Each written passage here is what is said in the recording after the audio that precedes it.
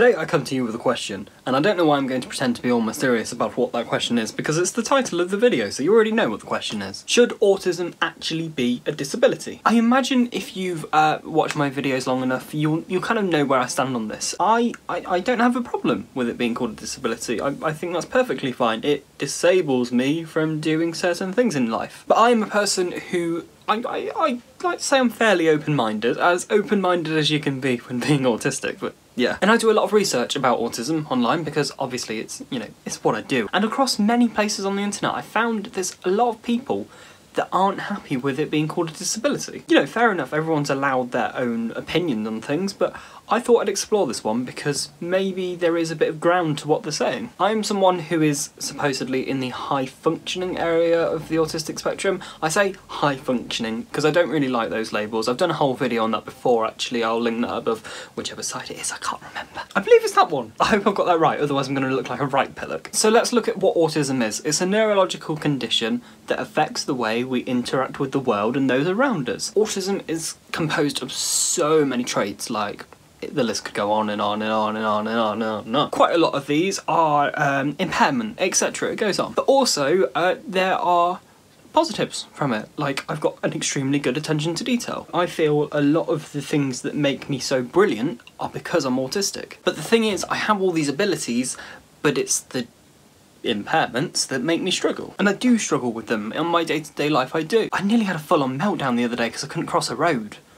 Like, that's where I'm at. I'm very much a firm believer in adapting my life to make it easier for myself, obviously, you know, to find my path, to find where I belong. If you enjoyed that little reference, you will enjoy next week's video very much. Oh, I'm such a tease. I've adapted to my life so the impairments are things that I encounter less often, and my abilities allow me to do things that are good in the world. And that's where every single autistic person wants to be. And what I mean by this is it's about choosing the right job path for you, it's about choosing the right people that you socialise with, it's about making sure your day is structured to allow yourself the most comfort possible. And that's great, and I've curated something which is really good for me, and I've had less meltdowns due to external factors than ever before, so that's good. It means I'm being affected by my impairments less and less and less. So what these people online are saying is that they've adapted their life also, but they've done it to the extent that their impairments really aren't actually affecting them because they don't encounter them, which means that the perks of autism are far outweighing